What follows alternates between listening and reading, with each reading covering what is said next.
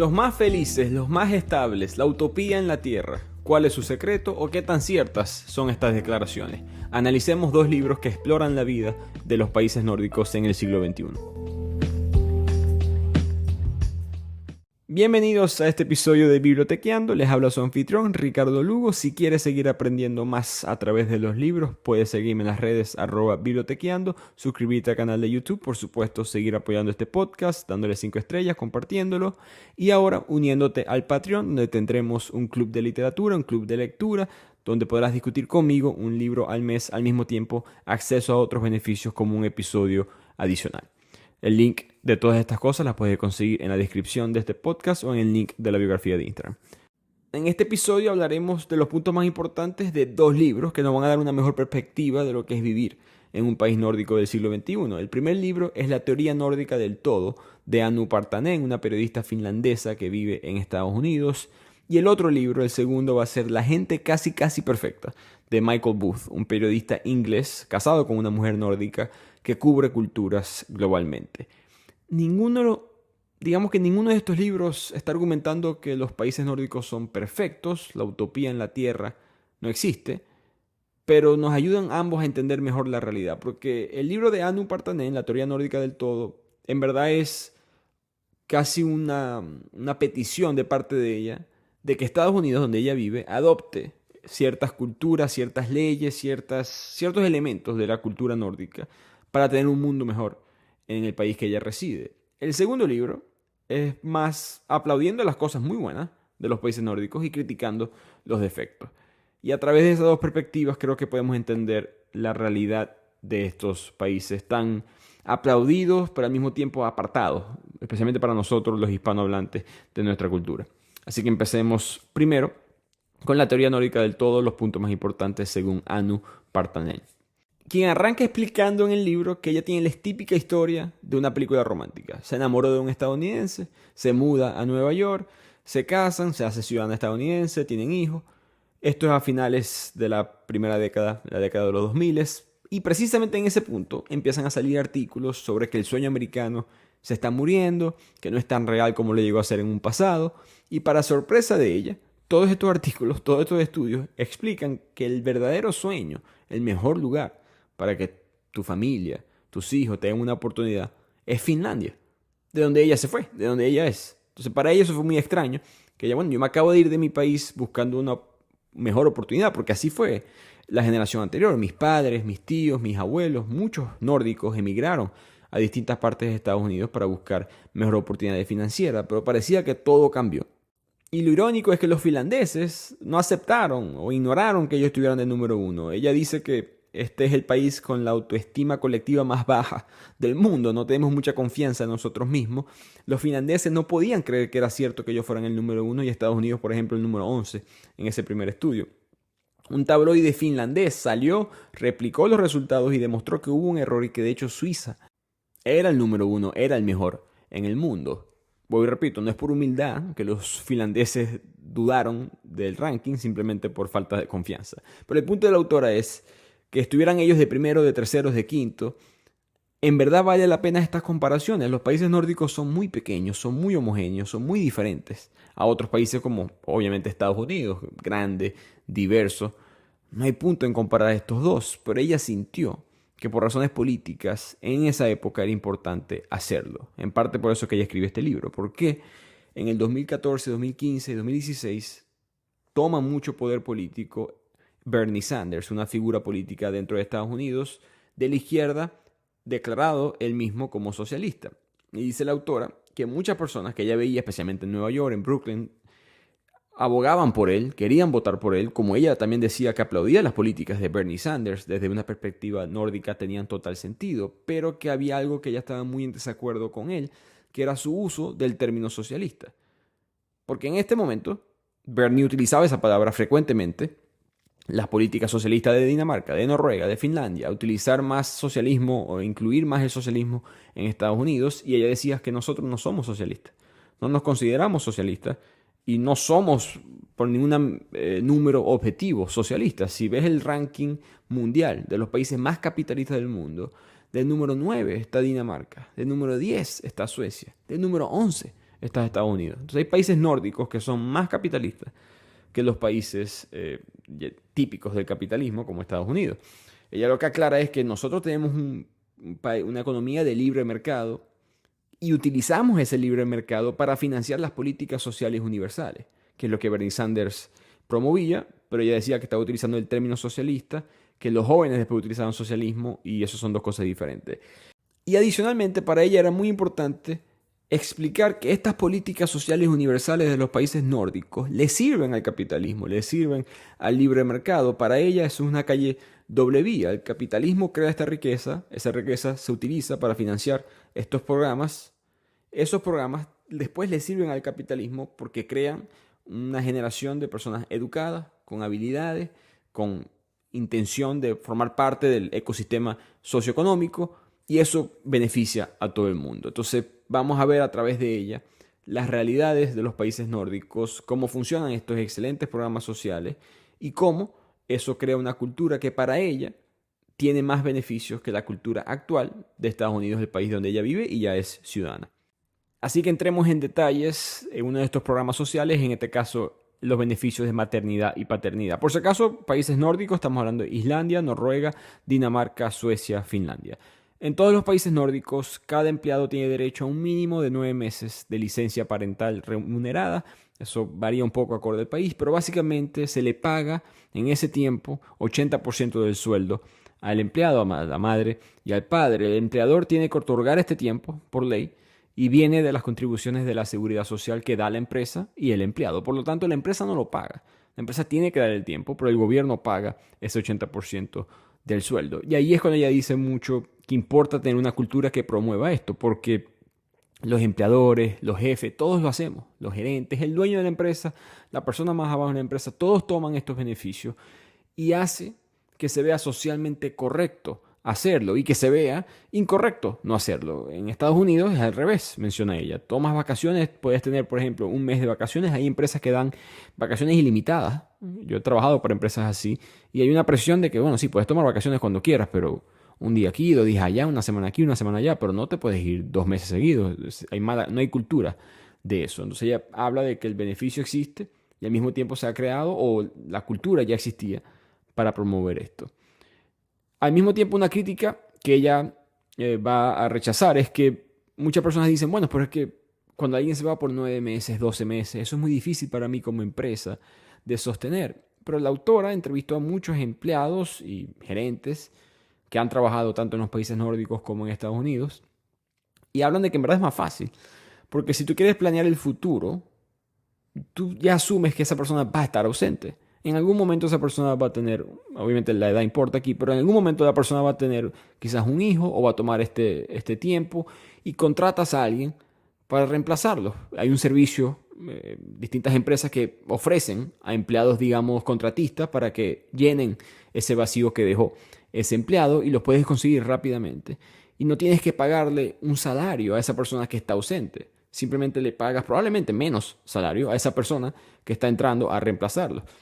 Y nuevamente, importante aclarar que los números van a ser ligeramente diferentes en cada país. Noruega, por ejemplo, tiene un programa que te paga 100% del sueldo si tomas solamente 48, 49 semanas de maternidad o paternidad. Si tomas más que eso, si tomas 1 año y 2 meses, que es lo máximo que te permiten, te dan solamente 80%, solamente entre comillas, 80% de tu sueldo. Y todos estos programas, por supuesto, son para relaciones heterosexuales, homosexuales, padres adoptivos, padres con vientre, lo que llaman vientre alquilado, etcétera, etcétera. Lo bueno, o muy importante recordar aquí, dice la autora, es que los países nórdicos promueven la igualdad de género y por lo tanto promueven una maternidad o paternidad junta y justa.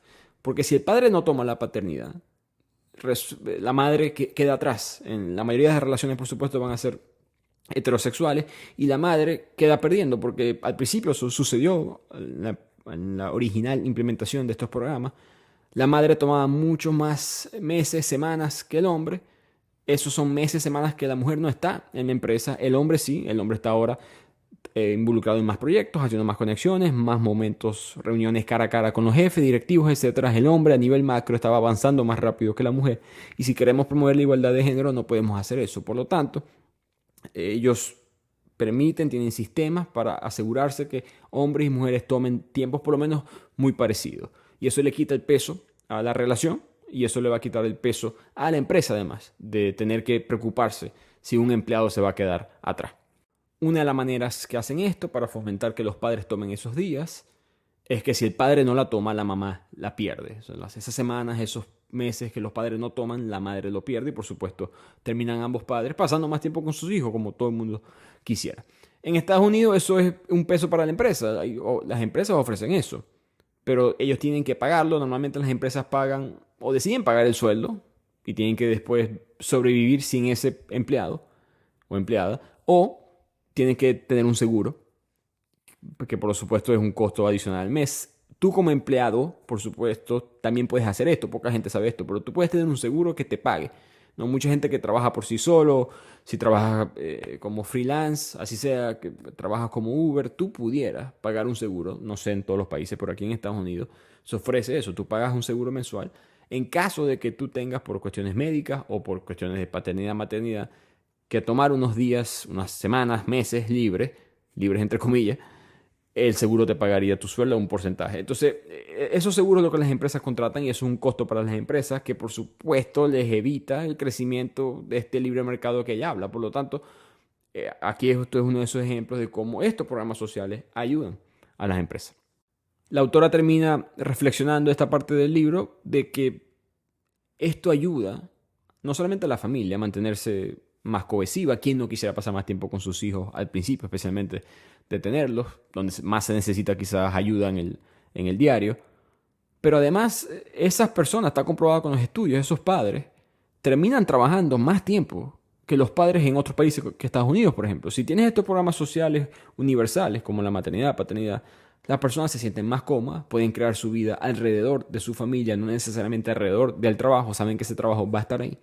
Por lo tanto, el porcentaje en los países nórdicos de personas que retienen su trabajo y se mantienen trabajando hasta edades más avanzadas llegan a ser hasta veces más alto que en otros países del occidente. Pasemos ahora al concepto de la felicidad. Todos estos reportes, estudios de que los países nórdicos son los más felices del mundo. Antes de entrar en los detalles que dice el libro, yo les voy a dar mi opinión. Creo que la he mencionado antes en este podcast. La felicidad no se puede medir. Señores y señoras, eso eso es un error conceptual de la estadística o gente que quizás no conoce bien la estadística. Muy difícil. Están midiendo algo. No estoy diciendo que no están midiendo algo, pero no es felicidad. Creo que pasa lo mismo con el coeficiente de inteligencia. Estás midiendo algo, pero no es la inteligencia. Pero, obviando mi opinión, leamos lo que dice el libro. En Estados Unidos y otros países, la gente sin hijos está más feliz que la gente con hijos. Pero no en los países nórdicos. La gente que tiene hijos es más feliz en los países nórdicos. Ella dice, bueno, porque podemos vivir nuestras vidas, las distintas capas de identidad. Puedo ser madre, puedo ser padre, puedo vacacionar, puedo ser emprendedor, emprendedora, puedo trabajar para esta empresa, puedo hacer todas mis cosas con libertad. Mientras que las personas cuando tienen hijos, de repente esa responsabilidad de ser padre, madre, que ya es pesada a nivel, digamos, personal, ahora pesa mucho más.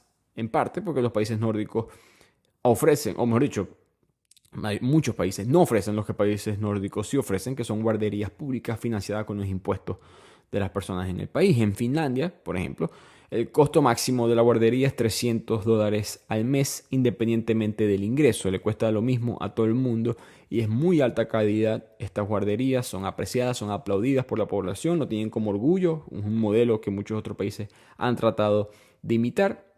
Y ese sistema de guarderías contribuye a tener a los padres mucho más tranquilos, comprometidos con el cuidado de sus hijos, comprometidos cuando sea necesario con su carrera profesional, mientras que en otros países una madre soltera, en promedio la mayoría de las personas que son padres solteros van a ser madres, siempre se la ve complicada, especialmente en nuestros países en Latinoamérica. Sé que mucha gente me escucha desde otros lugares, pero en Latinoamérica es complicado para una persona en esa situación poder surgir, poder pagar estos servicios, dar buena educación a sus hijos, es una o la otra. Suele ser tristemente la situación. En Finlandia, cada niño tiene derecho a un lugar en un centro de cuidado infantil garantizado, mientras que en Estados Unidos tienes que buscar opciones. En Estados Unidos se han creado muy buenas universidades, muy buenos sistemas académicos, las escuelas privadas, los Montessori, los charters, las universidades, por supuesto, privadas de élite, tienes las mejores universidades del mundo, pero no son garantizadas para toda la población. En el caso de los países nórdicos, sí. Y parte del argumento de Partanen, de la autora, es que esto no siempre fue así. En los 50-60, la educación nórdica estaba al mismo nivel de hoy en día de muchos países de África. Básicamente, al ser un país pequeño, ellos se dieron cuenta, todo lo que podemos ofrecer es cerebro. No somos ricos, no tenemos mucha materia prima, así que ellos decidieron, bueno, tenemos que educar a todos muy bien en este país. Y ese fue el enfoque hacia la igualdad, educar a todo el mundo. En verdad no hay escuelas privadas en Finlandia de la misma manera que lo hay en otros países como los nuestros o Estados Unidos. Hay escuelas independientes que son como que escuelas, bueno, esta escuela es católica, esta escuela es de idioma alemán, esta escuela es internacional, eso existe, pero ninguna tiene permitido cobrar matrícula, todas son financiadas con los fondos públicos. Por lo tanto, el concepto de privado no existe como tal en cuanto a la educación infantil se refiere en los países nórdicos. ¿Cómo se financian? Bueno, nuevamente centralizado a través del gobierno, pero el gobierno decide cómo otorgarle a cada municipio su financiamiento. De esa manera se mantienen los fondos dirigidos a un nivel macro. Ellos ven las necesidades del país, se le puede dar un poco más de dinero a las áreas que tienen más desempleo, donde hay más inmigrantes, donde hay menos educación. Con eso se puede mantener nuevamente esta meta de igualdad que hay en la cultura nórdica. Es algo que no sucede a menudo en Estados Unidos. En Estados Unidos la gente a veces compara las ciudades de Europa con las ciudades de Estados Unidos. Y las de Europa están mucho más seguras, limpias, arquitectónicamente más elegantes, bonitas.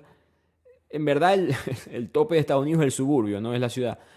Ahí es donde Estados Unidos invierte, ahí es donde Estados Unidos tiene todo lo que Europa tiene, pero no son áreas que son accesibles para todo el mundo. Son áreas que están basadas mucho en los impuestos de propiedad, cosa que también existe en los países nórdicos, pero parecía en Estados Unidos los lugares que ya están bien tienen más potencial de seguir estando mejor, mientras que otros lugares se quedan atrás. En Finlandia, en los países nórdicos, se maneja de un ángulo diferente.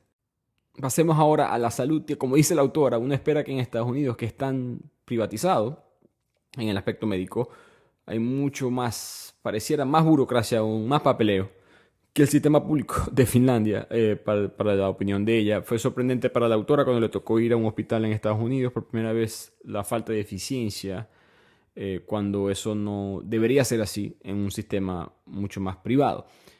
Ella dice que en los países nórdicos todos tienen derecho a la atención médica automáticamente sin necesidad de inscribirse ni formularios. Sí se pagan pequeños copagos por la atención médica, pero están limitados anualmente a un poco menos de 1.000 euros al año.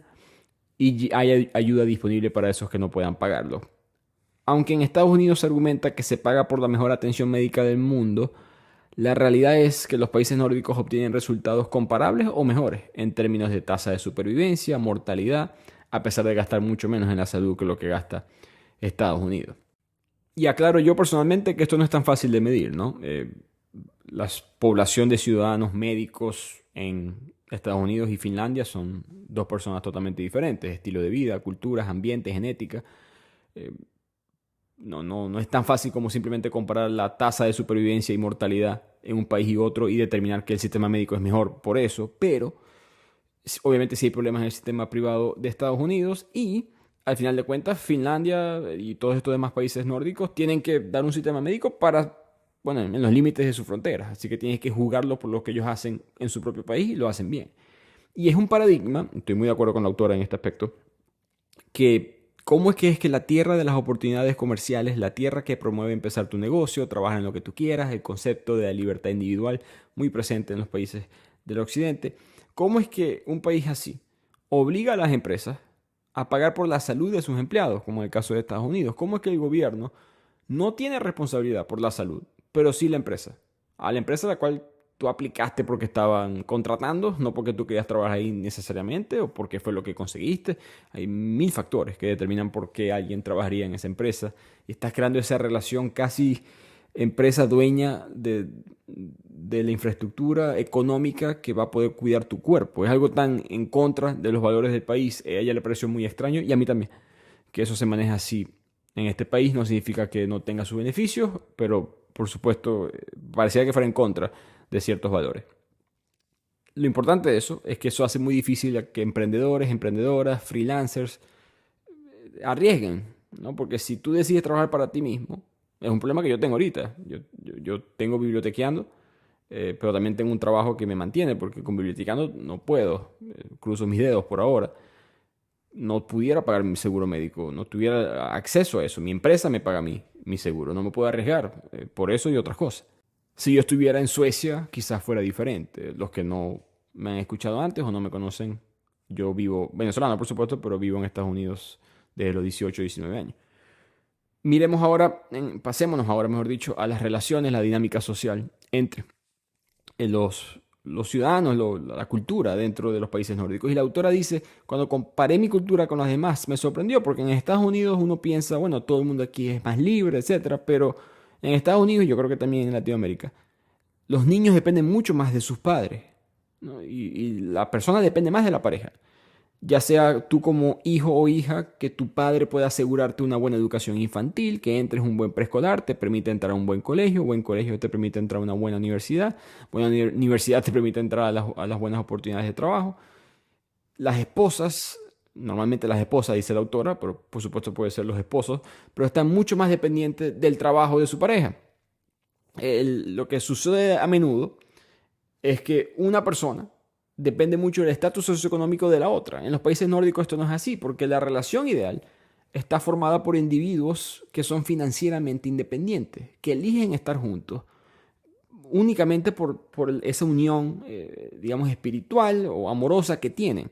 No porque esta persona me ayuda a mí a poder pagar mejor el alquiler o obtener atención médica. Eso para los nórdicos no es una relación, digamos, de verdad. Para tú en verdad poder surgir como persona y llegar a ese nivel emocional, tienes que poder tener una independencia financiera.